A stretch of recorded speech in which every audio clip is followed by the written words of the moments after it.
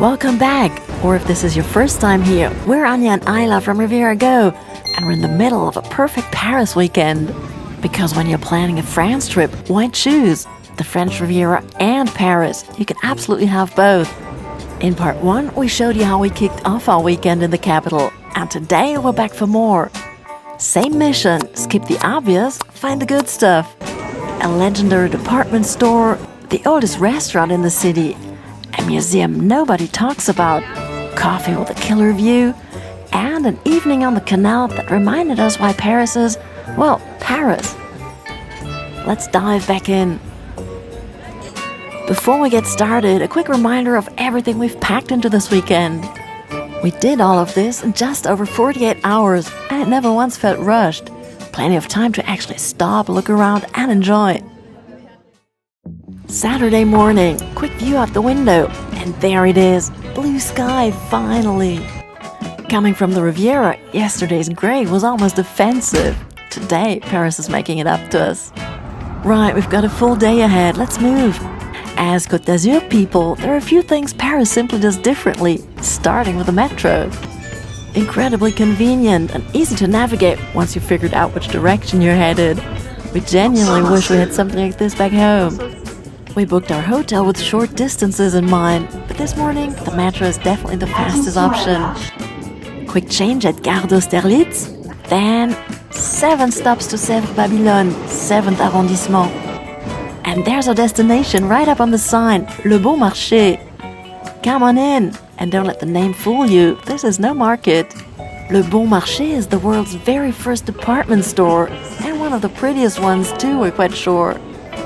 It started life in 1838 as a modest little shop right on this corner. And in 1852, the couple who would make it famous, Aristide and Marguerite Bouquicot, took over and changed retail history forever. The practice of returning merchandise for a refund, Bon Marché invented it.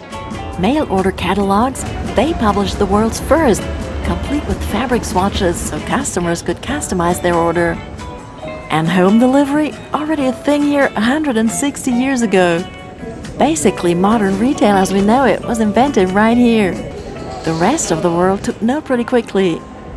Bon Marché literally means good deal in French, which feels slightly ironic given that today it's one of the most luxurious department stores in Paris. Part of the 𝘃𝗵𝗶𝗀 group, if that tells you anything. Back in the 19th century, the store became a haven of freedom for Parisian women, one of the few places in the city where they could spend an entire day socializing and shopping, completely independently. Well, times have changed, the address hasn't. And while I'm busy trying to capture a few more beautiful corners of the store on camera, Anja has found something else. This one or this one? In the end, this one. Anja's happy, mission accomplished. We could honestly browse for hours. Shopping, it turns out, is also quite exhausting. Time for a break. And as luck would have it, there's a cafe right across the street that looks like it was put there just for us. Rarely have we felt more Parisian than right here, right now. But we can't linger too long. We have a 12:30 reservation, and this one is not to be missed. Same trick, same luck. Just 2 stops this time, line 10 to Odeon. Could we have walked? Absolutely. Will we? No. We've got a full afternoon ahead, and it's still absolutely roasting out there, well over 30 degrees. So we're saving our energy for the important things. And just like that, we're spat back out into saint-germain-des-prés. Take a moment and just look around. Honestly, is there a more charming neighborhood in Paris, especially on a day like this?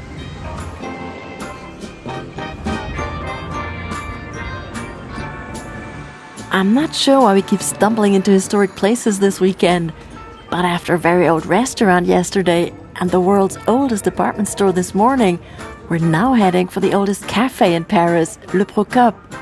Founded in 1686, that's not a typo, 1686.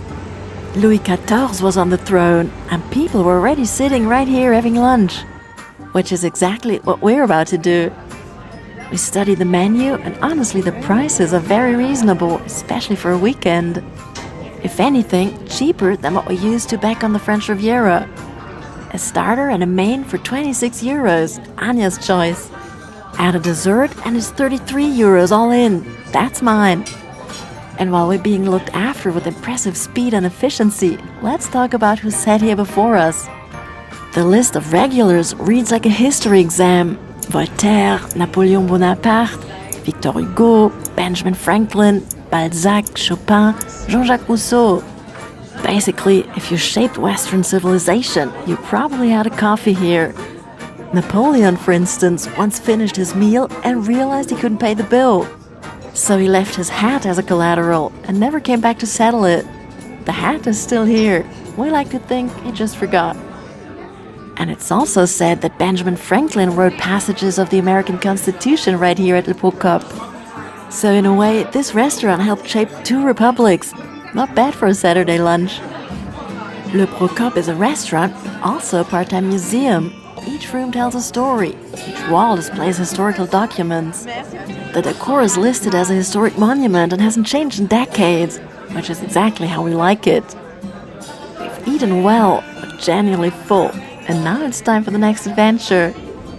Our day is far from over, but before we move on, a quick word from us. And quickly, if you've been enjoying the places we show you in our videos, don't forget that we've also created a complete written travel guide for the French Riviera. It's a downloadable PDF packed with our favorite towns, beaches, restaurants, viewpoints, hidden gems, and practical tips, with tons of direct links to our videos and Google Map locations so you can easily plan your own trip. Just scan the QR code on screen to find out more.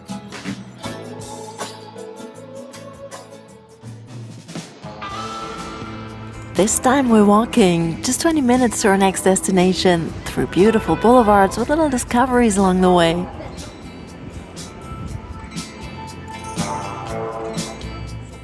And on the way we also passed this rather impressive building, one we'll be coming back to very soon, the Panthéon.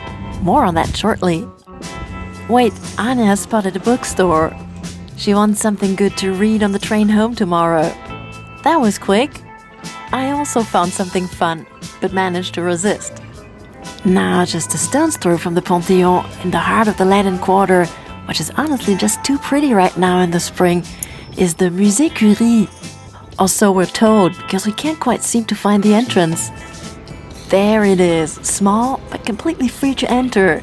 Exactly the kind of place Paris doesn't shout about. And because it really is very small, we have to wait for 2 visitors to come out before we can go in. Which is a very good sign. No crowds, no noise, no audio guides blaring in 3 languages. A little background while we step into the garden. Marie Curie was the first person ever to win Nobel Prizes in 2 different sciences. Physics in 1903 and chemistry in 1911. Still the only person in history to have done that. And if that wasn't enough, her daughter Irene and son-in-law Frédéric also won the Nobel Prize in chemistry in 1935. 5 Nobel Prizes in one family. Just a normal household, really. Back inside, the highlight is Marie Curie's original office and chemistry laboratory, preserved exactly as they were, where she worked from 1914 until her death in 1934. Standing in the door to that room feels oddly intimate, like she just stepped out for lunch. Oh, and one more thing about Marie Curie's notebooks. They are kept in lead-lined boxes at the Bibliothèque Nationale de France. If you want to read them, you have to sign a liability waiver and wear protective clothing. They'll remain radioactive for another 1,500 years. Science was very different back then, and Marie Curie was apparently fearless. Her coffin in the Panthéon, by the way, is lined with nearly 1 inch of lead, which is exactly where we're headed next.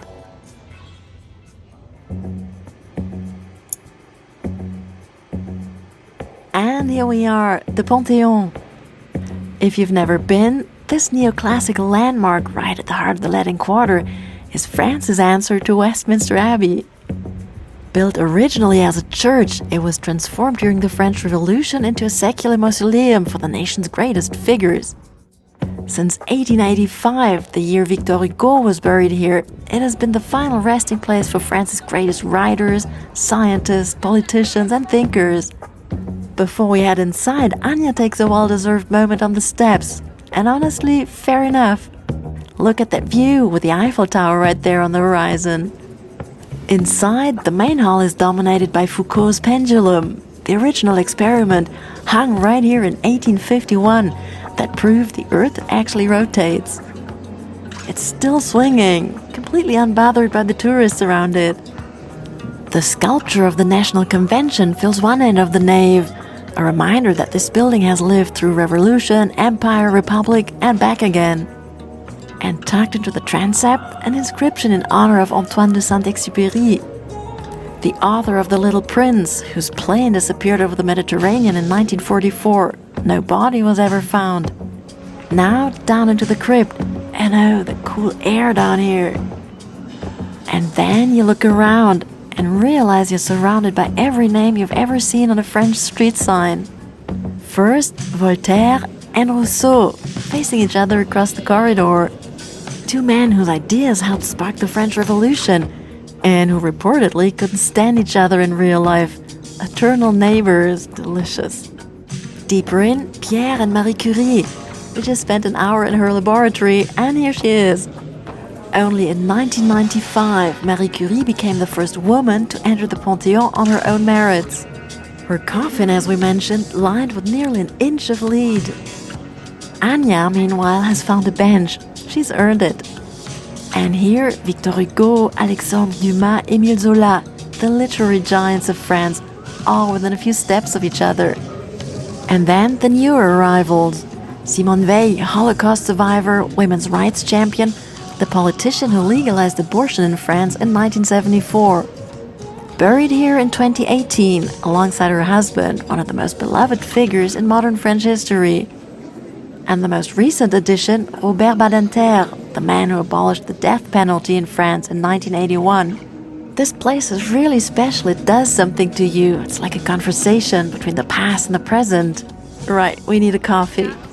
And as luck would have it, the cafe right across the square has our name on it, Le Comptoir du Panthéon. Second row seats, Panthéon view, and we're already deep in Anja's new books. But the evening is calling. We hop on the bus. Next stop, Canal Saint-Martin. So, bus to Place de la République, and we cross over to a completely different side of Paris. Still 37 degrees, and it's almost 7 in the evening. Now, welcome to Canal Saint-Martin. Napoleon had this canal built in the early 19th century, originally to supply fresh water to the city. In the 1960s, it nearly disappeared altogether. There were plans to fill it in and build a motorway over it. It was only safe because the city couldn't afford the demolition costs. These days, it's one of the most vibrant corners of the city. Cheaper rents drew students, artists, and young professionals to this neighborhood, and the canal banks became the place to spend an evening. Restaurants and cafes lined the water on both sides, spilling out onto the quays even in winter. And on a Saturday night in late May, at 37 degrees, half of Paris seems to have had exactly the same idea as us. That particular kind of Parisian evening when nobody's in a hurry and nobody wants to be anywhere else. Honestly, neither do we. We only discovered this neighborhood recently ourselves, and we're wondering why it took us so long. What happens next stays between us and Paris. See you tomorrow. After a short night, it's checkout time. Then a bus to the station because we want to drop off our luggage so we can just jump on the train later without dragging bags around all morning. That was the plan anyway. Because when we arrive, the queue for the left luggage is, let's say, impressively long. And the remaining lockers only take coins. Of course they do. But we get there in the end. Bags gone, 3 hours left, and the city is ours. Metro to Belleville in the east of the city, where apparently there's a pretty cool viewpoint someone told us about. But first things first, coffee.